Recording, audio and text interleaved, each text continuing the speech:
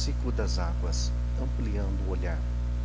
A não ser em regiões pontuais como nos estados nordestinos, o Brasil sempre viveu uma cultura de abundância de água, que associa as crises de escassez a locais distantes, muito além de nossas fronteiras. Governantes em geral, nas últimas décadas não deram a devida importância à questão do abastecimento hídrico, negligenciando a proposição de, de novos meios de captação e a construção de usinas alternativas de tratamento e distribuição. Pois é,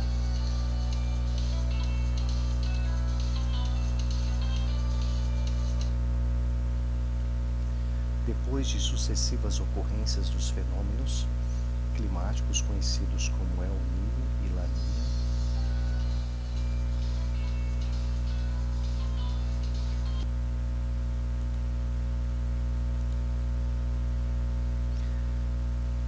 depois de sucessivas ocorrências dos fenômenos climáticos conhecidos como El Niño e La Niña, com um céu de esplendoroso azul e chuvas rarefeitas, uma das maiores crises hídricas de todos os tempos aconteceu.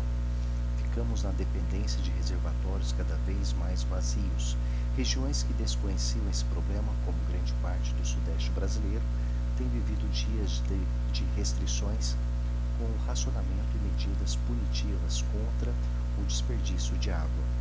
Em países como Japão, Austrália, Singapura, Estados Unidos, especialmente em cidades do estado da Califórnia, como Santa Bárbara, com poucos mananciais e chuvas irregulares ou escassas, cada gota de água vale ouro. Por isso, a captação e correta armazenagem de águas pluviais é obrigatória, havendo na maioria das edificações mini instalações de adequado acondicionamento e tratamento desse insumo essencial. Ocorre também usinas de dessalinização da água do mar por meio de processos cada vez mais simples e baratos. Tratamento de choque.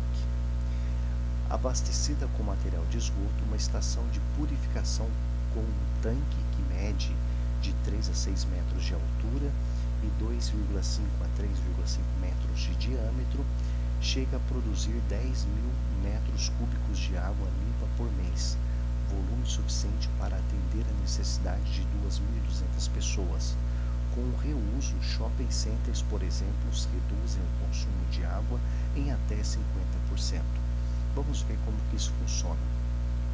Nós temos aqui o shopping, nós temos aqui a caixa d'água e aqui o uso o consumo de água. Então, o primeiro passo, nós temos ali o esgoto.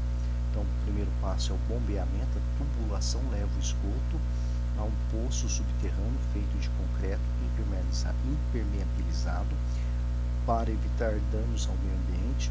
Através de bombas, o material é transferido para os primeiros tanques. Aí, segunda etapa, peneiramento. Uma peneira de aço inoxidável separa o esgoto bruto de materiais sólidos, como restos de comida, papéis e lixo em geral. Terceira etapa, equalização.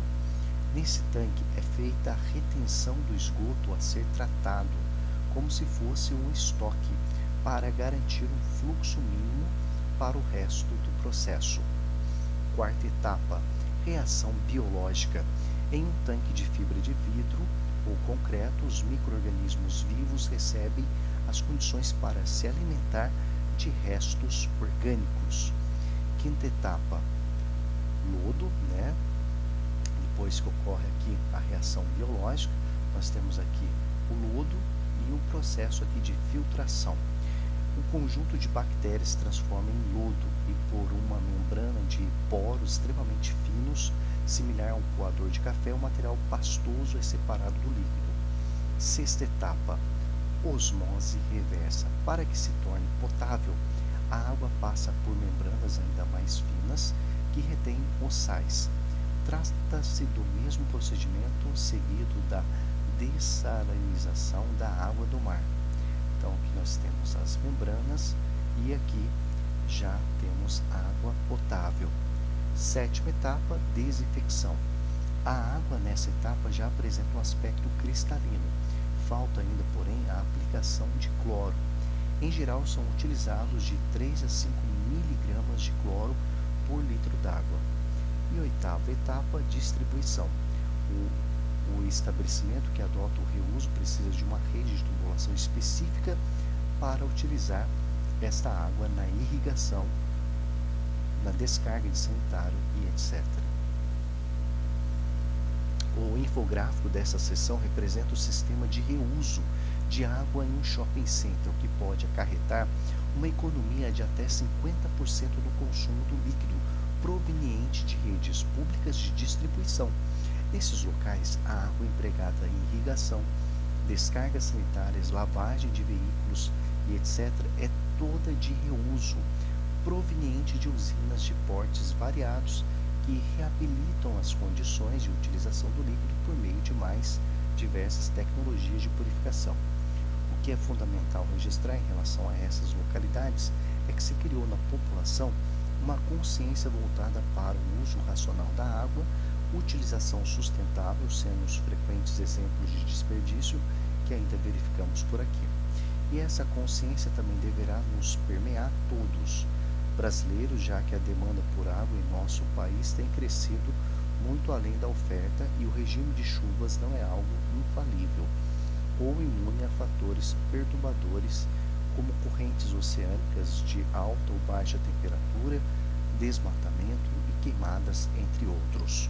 Observe essa imagem, né? No Brasil, de contraste, encontramos também casos de edifícios sustentáveis, contemplados com prêmios internacionais por serem projetados de modo a demandar menos energia e manutenção, reduzir o uso de recursos ambientais não renováveis, melhorar a qualidade interna do ar e promover ganhos de qualidade de vida e saúde aos usuários. É o caso do Corporate Towers Rocha Vera, em São Paulo, que aparece nesta fotografia.